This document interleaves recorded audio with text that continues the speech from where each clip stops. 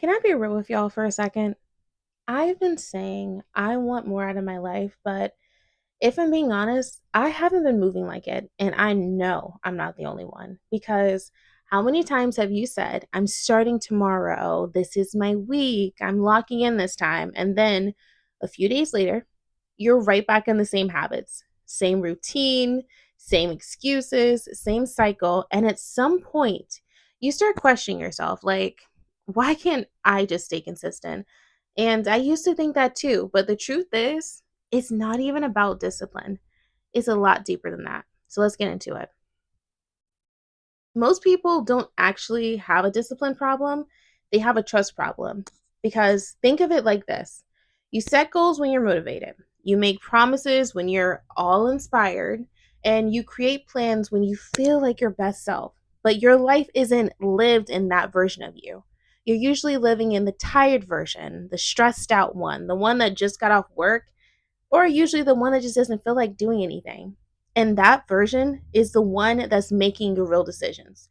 So when you constantly break your own word, you stop taking yourself seriously.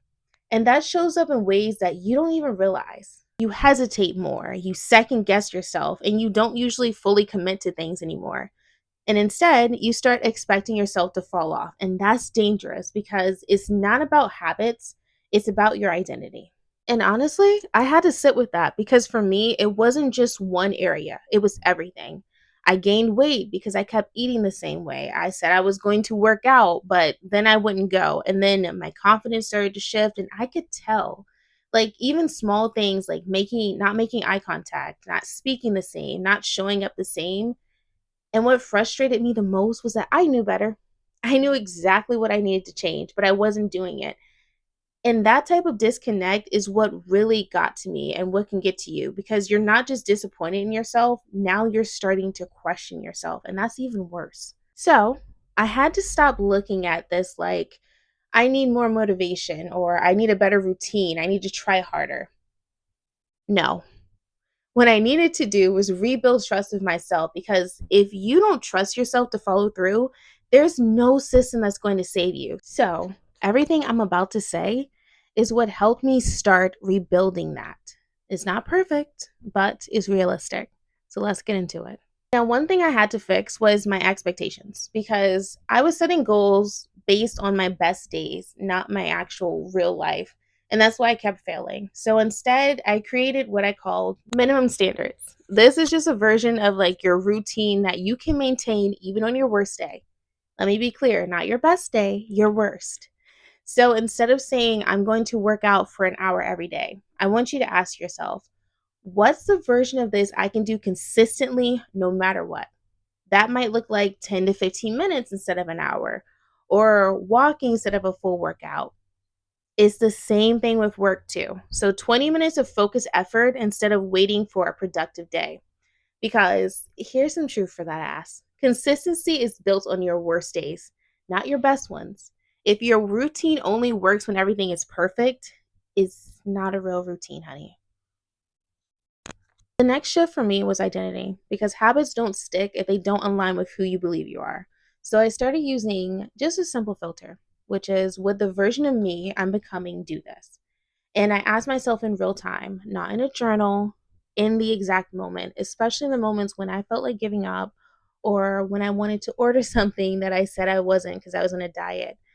And I answered honestly, not emotionally, just straight logic. And here's the key: you don't have to do it perfectly. You just have to move in alignment more often than not because your identity isn't just built off of one decision every so often, it's built in patterns. You just need to have a few things in your life that are just not up for debate. And it can't be based off of mood, it can't be based off of energy, it just needs to be done. So, for example, you move your body the same way every day, or you don't eat past a certain time. Not everything needs to be strict, but a few things should be because if everything is optional, there's no way anything can be consistent. This is where most people mess up. They fall off once and then they turn it into a full ass reset. And I used to do it too. You miss one day, now the whole week is gone, you have to start on Monday. or you make one bad choice and now the whole day is off. And it becomes a cycle of start, mess up, quit, restart, instead of just start, mess up, adjust, and then keep going. So you have to change your mindset to this. One off day does not mean you're off track. It doesn't mean you need a full restart.